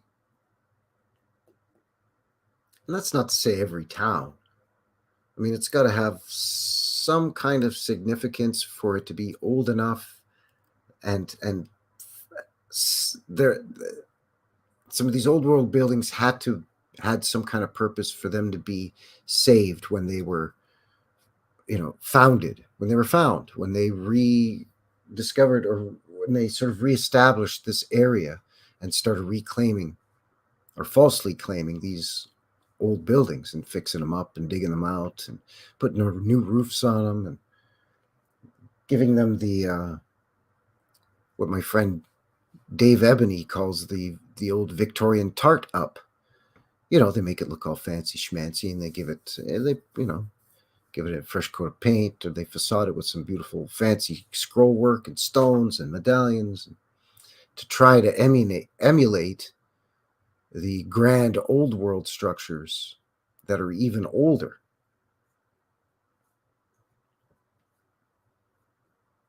But it's all that red brick underneath. So I kind of wanted to, I guess that's why I stick to basic boots on the ground for the most part for my channels. I'm still exploring my city, and I'm still finding more and more stuff.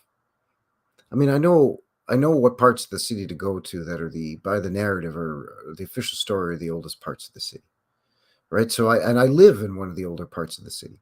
So there's old world buildings just 2-3 blocks away from me, and I've featured them here on my channel.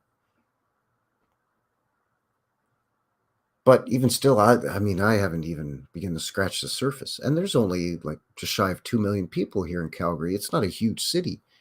And again, by the narrative, not that old. It's not like Toronto or Montreal or New York or Chicago. It's not one of these old world cities, I don't think, in terms of it doesn't go back as far as many resets as some of the other cities. And again, I think it's because it was so inaccessible. And again, the winters here can be very harsh. So I think you may have smaller populations here, even in the previous old world civilization, the pre-reset. And had it been a little bit easier to get to and the weather been a little bit more, I don't know, palatable, tolerable, maybe it would have become one of those grand old world golden cities, right? Like Chicago or Paris or London or, Moscow, or, I mean, you name these grand, massive old world structure riddled cities that we see in the research, right? These mind-blowing buildings. I think that's why Montreal and Toronto are so much larger and more ancient, and to some extent Ottawa and Quebec City as well, because they were more accessible in the climate, although they get harsh winters there too. It's not as bad as it gets here in terms of the bitter cold and the winds and the extended long winters.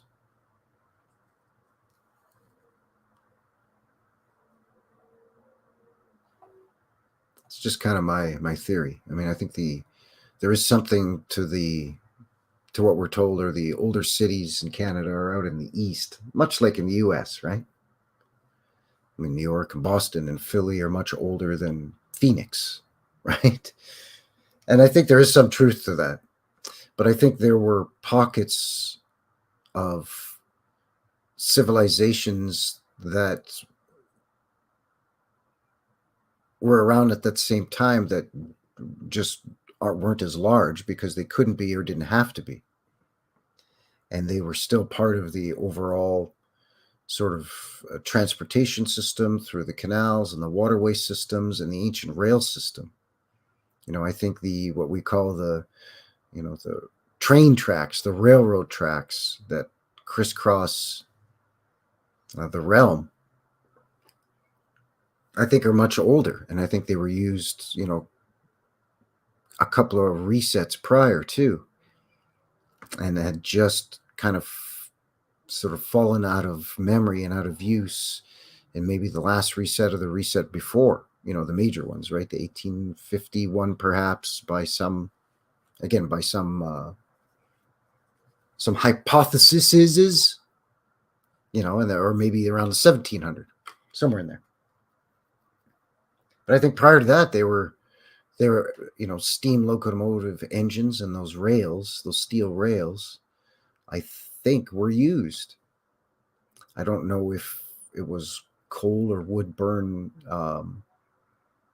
to cause the water to boil and pressurize the steam chambers. I don't think it was necessarily that. I think it was more efficient than that.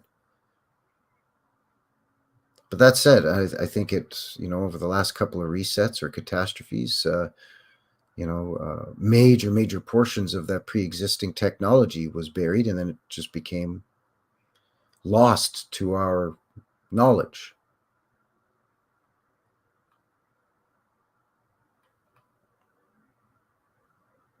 So I'm going to spend a little more time catching up with the chat, chit-chatting a little more, picking up on some of your comments here, and then I think we'll go till maybe an even Steven 2 hours here on this. That'll give us about another 20 minutes to go or so. I'm just going to scroll through here and see that Logan was talking about Bonners Ferry, Idaho, 1899. The fake war to wonder. You cannot take your river back. It floods everything when it goes to the Pacific. Bonners Ferry in Idaho, 1890. I'll have to look into that.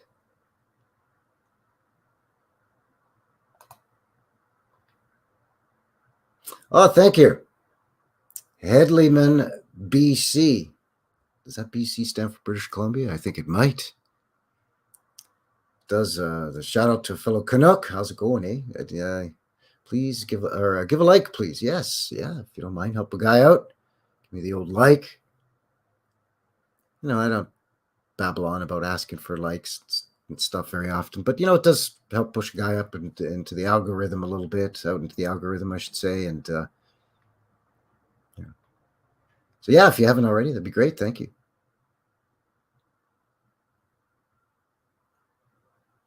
Yeah, red brick, the combination of the brick and the type of mortar, right? And I guess the type of bond when they are, laying the brick allows for some flexibility in the form of movement.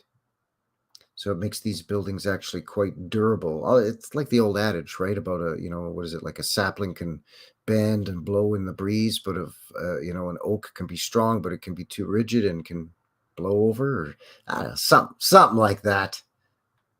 I know when they build modern high rises, so they say that they allow for quite a degree of, flex, the wind and stuff. And you notice that here in Calgary. It's Calgary, Alberta, by the way, not Calgary, Scotland, which is weird. But anyway, you notice that. Like when you're up in the Calgary Tower, which is kind of like the Seattle Space Needle, or, the CN Tower in Toronto. Any of those observation towers in the cities, they'll kind of look the same. But anyways, when you're up on that on a windy day, you could feel and see it swaying. And it's kind of unsettling, actually. But you know that it was built that way. So, yeah.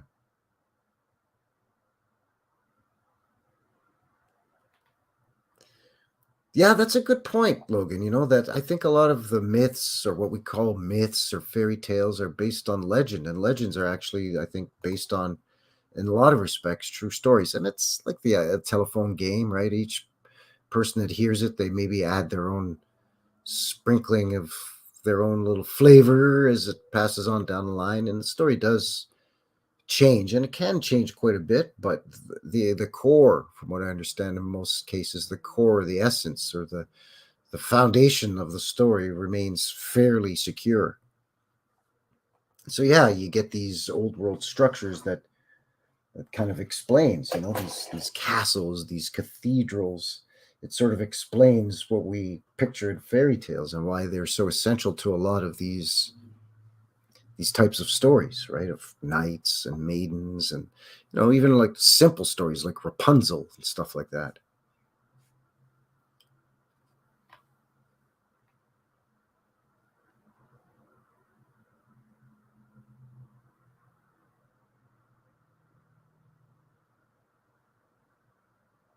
No McDonald there. I mean, like the restaurant or the McDonald's people? In that case, there's lots of McDonald's in Calgary. You talking about the burger joint or the McDonald?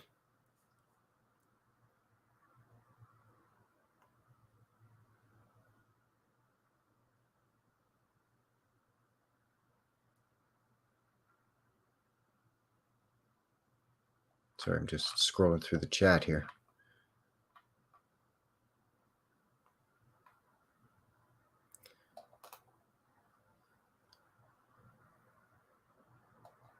Water wheels, yeah. Yeah, oh, that was something too. The Pelton wheels. Yeah, look for Pelton wheels, Frankie. Clues. I, a guy's going to admit, I have no idea. At least I don't think. Pelton wheel, a Pelton turbine. Oh, it's like a water. It's a water turbine. Okay, yeah, yeah. All right, yeah.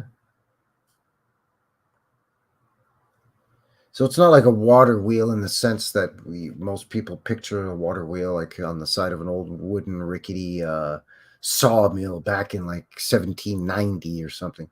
These are metal, like much more efficient metallic water driven turbine wheels. Yeah, very interesting. Or at least the photo examples I'm seeing are metallic. Just gonna click on images here.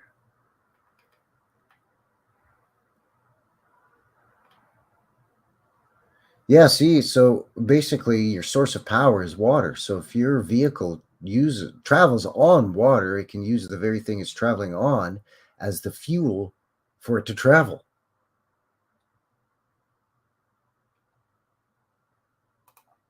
Very, very interesting. Very interesting. There you go.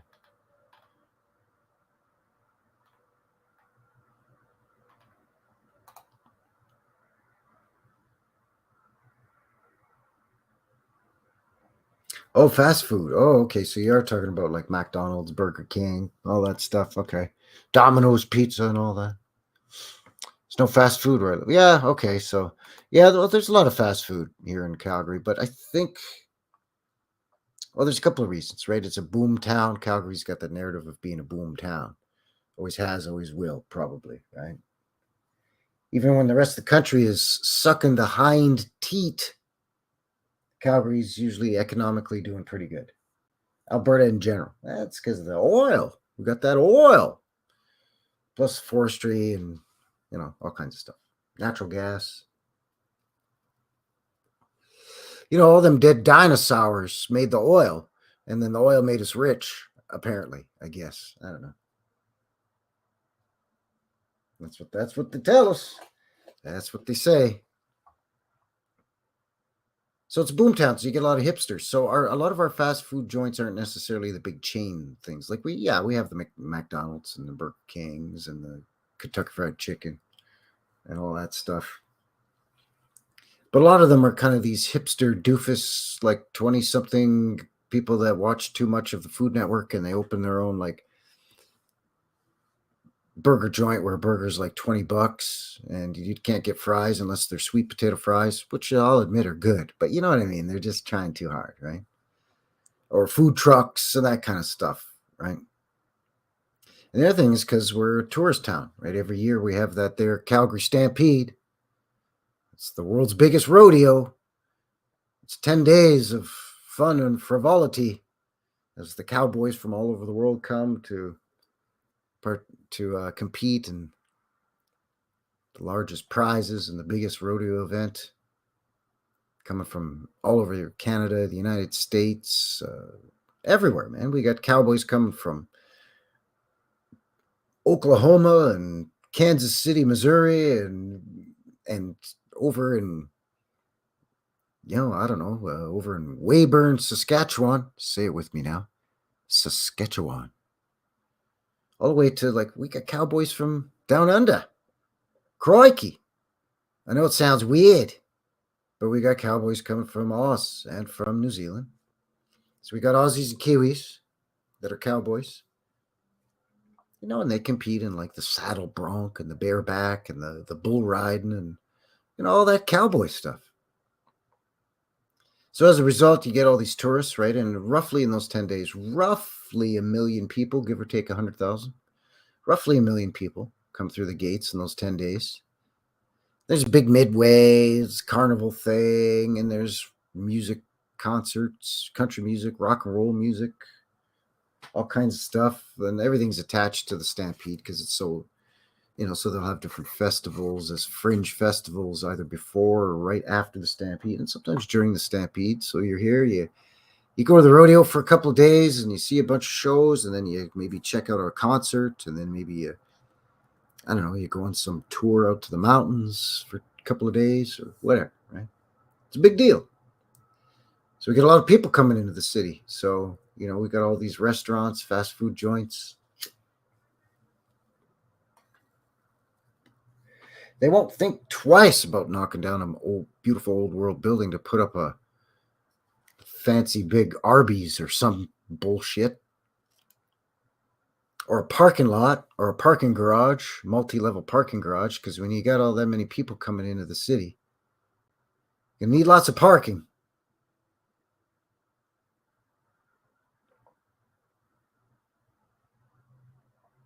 Yeah, fancy coffee shops, all that stuff too. Yeah, all the hipster stuff, man.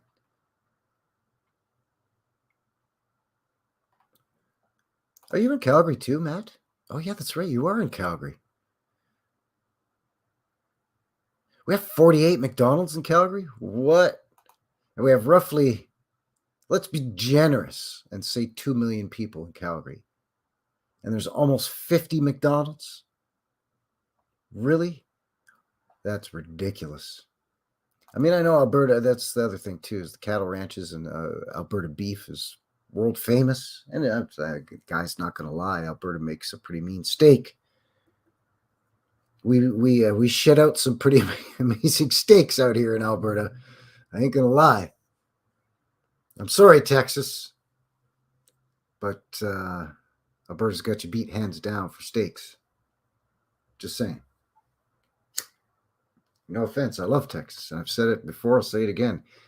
Alberta is kind of like Canada's version of Texas, and that's just fine by me.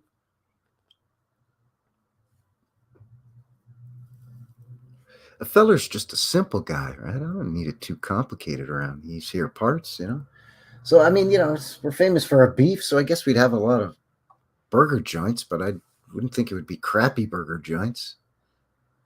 We got a lot of steakhouses too, though. Got some pretty damn fine steakhouses. Yeah, put heaps of lettuce on a stick and a skewer and top, $23. Yeah, exactly. Yeah, 10 days is a crap load of money. That's right. I always say that too. Yeah, it's a Stampede time. People from all over the world come on in, have a good time, but just don't leave a mess. Don't bust up stuff, please. Don't smash stuff or go crazy. But the city does smell like stale beer and horse shit for about 10 days. Because they have a Stampede parade, and then every day there's a little mini parade that goes down that Stephen Avenue. By the way, check that out as well. I'll put the link for that down in the box too. For my 1,000 subscriber mud flood tour of Stephen Avenue downtown that I did a couple of Sundays ago. Did a bit of a meetup and did a tour of that.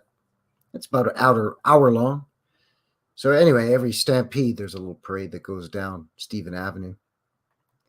And, you got horses. And where there's horses, there's, well, around these here parts, we call them road apples. Road apples. I don't know what they called them before there were roads, but road apples. You guys still have boxing tents at your rodeos? Man, that is cool. I wish. Up until about, this is going back a ways here now. Up until about maybe the early 1980s, we still had the sideshow freaks. You go into the tent and you look around and they have like jars full of pickled pugs and, they have the merman skeleton, but then they also have like bearded lady and the really, really fat guy. And then they have the wild man from the Congo and all that, the feats of strength guy and all that. They had all of that, man. They had if they could, they would get a conjoined twins in there. And they gave them all the crazy P.T. Barnum wacky backstories too, like 10 people were killed in the wildest deep dark jungles of the African Congo to get this wild wolf boy or whatever, right? And they built some big crazy backstory. This here's the real Fat Albert. He weighs 900 pounds, and maybe the guy did weigh almost 900 pounds, but they usually exaggerate. And he eats 10,000 calories a day and all this, this crazy stuff. But we didn't have the boxing tent. Don't really need it, though, because let's face it, you get a bunch of cowboys and a bunch of beer and everybody gets rowdy on the midway. There's going to be some fisticuffs flying anyways, so you don't need any boxing tents. There's just going to be some bare-knuckle boxing right there on the midway. Once you get a few beers and us rowdy Canadians, us Canucks know how to have a good time. We like to have fun, but we'll still beat the shit out of a guy, eh?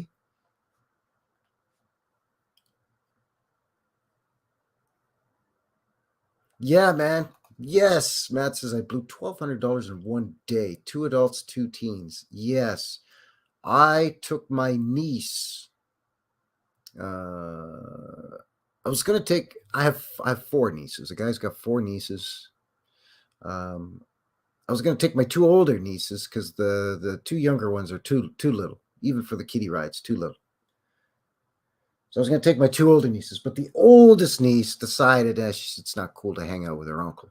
So I took my second oldest niece, and her and I went to the Stampede Midway. And did the usual. We had some, corn dogs and the mini donuts and the cotton candy, and we went on a bunch of rides and saw a bunch of shows and exhibitions. We like the whole day. I think we got there. We didn't crash the gates or nothing. I think we got there at about 10 in the morning, and we left right after the fireworks display. So that's like 11 at night. So we packed in a pretty decent day for a couple of folks there on the Midway, right? And she's, my niece is grown up, but at the time she was, I don't know, 19, 20. She had a job, right? She had her own money. Still, I treated her to lunch and, and I paid for a lot of the rides and stuff. It was kind of my treat, I don't have kids of my own, so I like spoiling my nieces and nephews, right? So I think even just with the 2 of us and her spending some of her own money at certain points, I think even still, I think I dropped like $300 or $400. And I'm a tight-fisted tightwad son of a gun. That's to say the least. So, yeah, good. Yeah, good time. Well, you won some of it back at the casino at least, because that's another thing that's all over the Stampede. And not just during the Stampede. We call it Stampede Week, by the way, but that's a Canadian week. It's 10 days, eh? Because you put the weekend before and after, and then you get the sneak peek of Thursday, eh? So it's 10 days. That's a week. It's not quite a fortnight, but it's more than a real week. It's a Canadian week. It's Stampede week, eh? But anyway,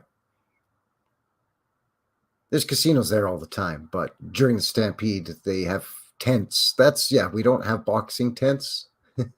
we have we don't have boxing tents at our rodeos. We have casino tents. So there you go. Red Cap Goblins here. Welcome. Howdy. Howdy.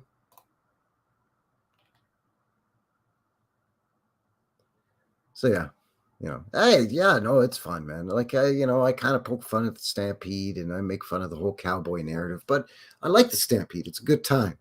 And it's great for the city in terms of a lot of people who maybe never heard of Calgary, Alberta, Canada before, and I don't know, maybe they go to a travel agency or they go to one of these travel websites or something like that, and they're like, I want to do something different. I don't want to go to a beach, or I don't want to necessarily go to Vegas all the time, or whatever the flavor of the month trip is that people are taking these days, right? I'm tired of this. I'm tired of that. I'm tired of, I don't know, snorkeling with the dolphins and or swimming with the turtles in the reefs or whatever these knuckleheads are doing out there. I want to do something different. Also, what's this? The world's largest rodeo? Calgary, Alberta? Where the hell is that? Then they click on the pictures and they see the beautiful snow-capped Rocky Mountains in the background and the rolling plains, and they see the pictures of the indigenous culture that's also very, very tightly and very strongly involved with the Calgary Stampede. And they see all the cowboys and the rodeo pictures, and then they see all the beautiful expanses of Alberta with the fishing and the hiking and the camping and the beautiful mountain lakes. And yeah, people are like, yeah, okay, sure, I'll give it a shot. I'll see what all these cowboys are all about, having fun, drinking their beer and roping their cattle, and I don't know, going on rides and stuff, going up into the mountains. We'll go and look at some bison, and we'll check out a show. Maybe we'll see a Guess Who concert or a Burton Cummings concert at the Stampede. I don't know. Anyway, yeah, totem art. I kind of dig that stuff too, actually, but it's not a lot of it here in Alberta. Obviously, that's by the official stamped narrative that okay, we've assigned this narrative to you folks. That's a West Coast Indigenous First Nations thing.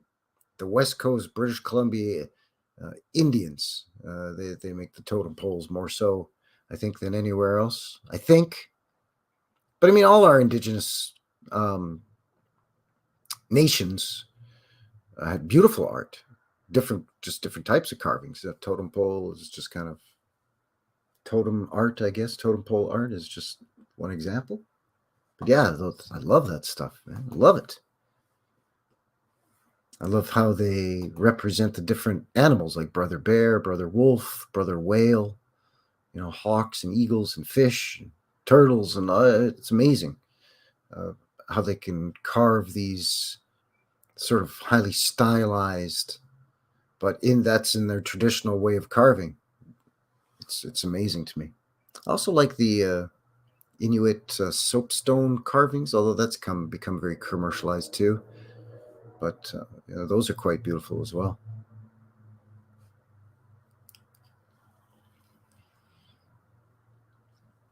So yeah, I think that's gonna do it. I'm just kind of double checking my bookmarks here to see if I'm missing anything. Got the Calgary Castle there in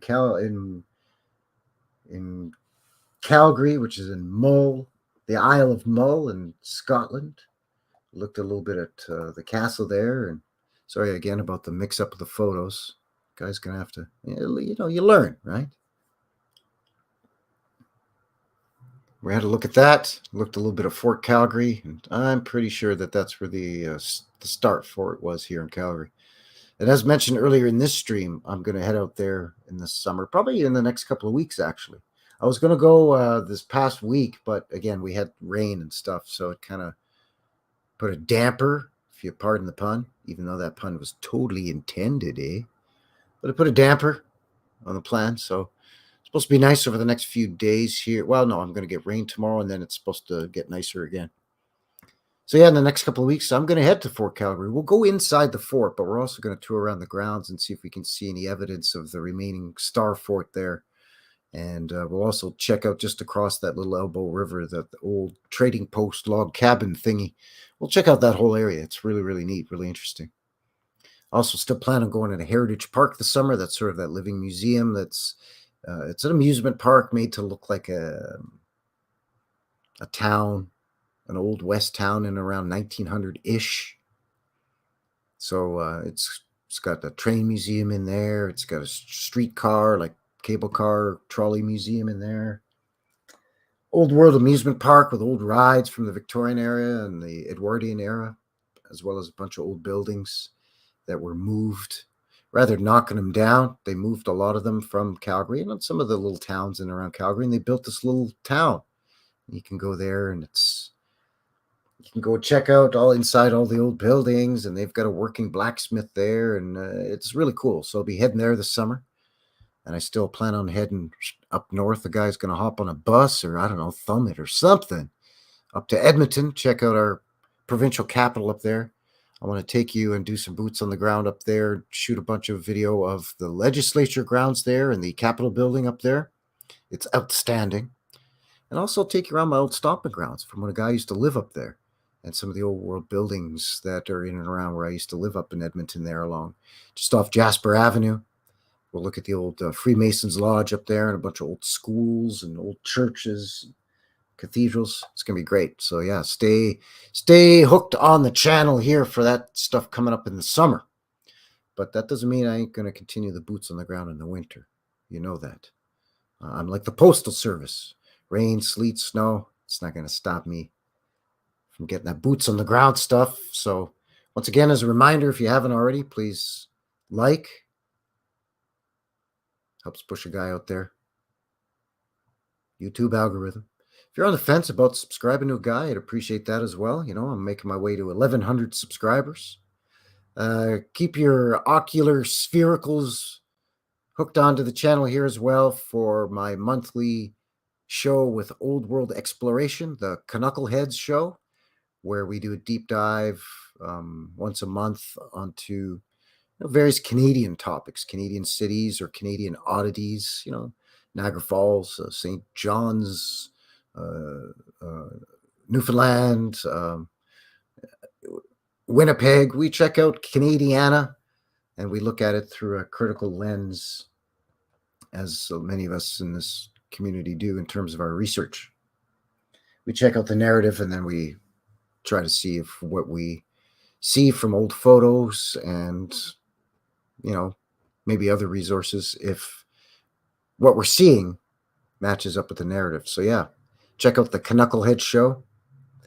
And I had fun tonight, so thanks for shooting in and joining me. And I think I asked on the last live stream if some of the folks in the chat wanted me to maybe step up a guy's game a little bit here and go from doing a monthly New West Reset live to doing it weekly.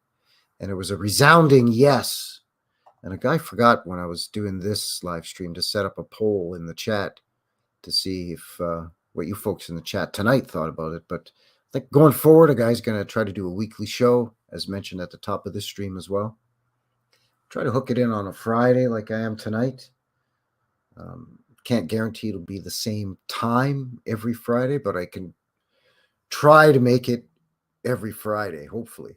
If that doesn't work, I'll try to do it on another day of the week. But yeah, I think going forward, this was fun. So I think I'll try to do a sort of a weekly live stream, maybe not quite at the 2-hour mark like we are now. And like I usually go, guy tends to jabber on a lot, eh? And then, get off on these tangents and lose my train of thought and whatnot, eh? But if I could keep it between an hour and an hour and a half going forward on a weekly show, that would be great. So yeah, I'd love for you to join me here at New West Reset Live. So thanks to everybody in the chat. Really appreciate it. Thanks to Maggot and where are you, Meg? There he is, Maggot, and to Logan and Matt. And there was a bunch of people jumping in and out here. Redcap, Goblin. Who else was in here tonight? I saw earlier that we had also, yeah, give a shout out to Bernie, by the way. But we had Headleyman, BC in the house. Thank you very much for shooting it. Appreciate it. We had JJ Organics and Joe Cool as well. There's Joe Cool. Coffee. Oh yeah, that's right. That guy he could drink coffee anytime. I think he's one of them guys. See, I'm the type of feller that if I have coffee past a certain time of day, I toss and turn. I don't sleep well. I don't get my full 40 winks. But I know some people that's the last thing. They'll have a cup of coffee and wind down like an hour before they go to bed or something. And I'm like, I don't know how you. It's not that I get wired and super jittery with coffee. I mean, I drink coffee in the morning to help kind of kickstart my day or what have you. Right? Say what you want about coffee, good or bad or whatever. It's fine. You do what you like. I'm not gonna hold your feet to the fire. But yeah, late in the day, I can't do it. I might have tea, but it's going to be like decaf tea. It's going to be like a chai decaf tea. Otherwise, yeah, I don't get all shaky or jittery, but I just don't sleep soundly. And at my age, a guy needs his beauty sleep. So yeah, once again, thank you very much, everybody, for shooting in. Thanks for all of your support. Thanks for helping me to reach that 1,000 subs. I couldn't have done it without all of you good folks out there supporting me. I really, really appreciate you watching my videos. Don't forget, every week, every Sunday, a Boots on the Ground video, and then every Wednesday, my midweek is kind of one of my old school vintage footage videos. And then once a month, the Knucklehead Show with the Old World Exploration. And now weekly, New West Reset Live, weekly show, live here. I'm going to have to come up with a new little intro or something fancy. Something. I don't know. You guys got to come up with something, right? You got to keep it fresh for you. Got to show you my thanks somehow. Can't keep showing the same old.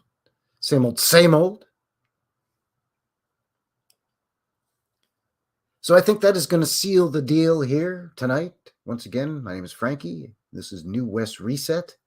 And this was New West Reset Live, episode 19, where we were looking at Calgary, Scotland, the inspiration for the naming of Fort Calgary, which eventually became Calgary, Alberta, Canada, my hometown, where yours truly is living right now. So let me know what you think down in the comments. If you're just tuning into this thing after the fact, if you could just kind of beep, beep, beep, boop, beep, boop, pop it down there for me. I really appreciate that. Thank you very much.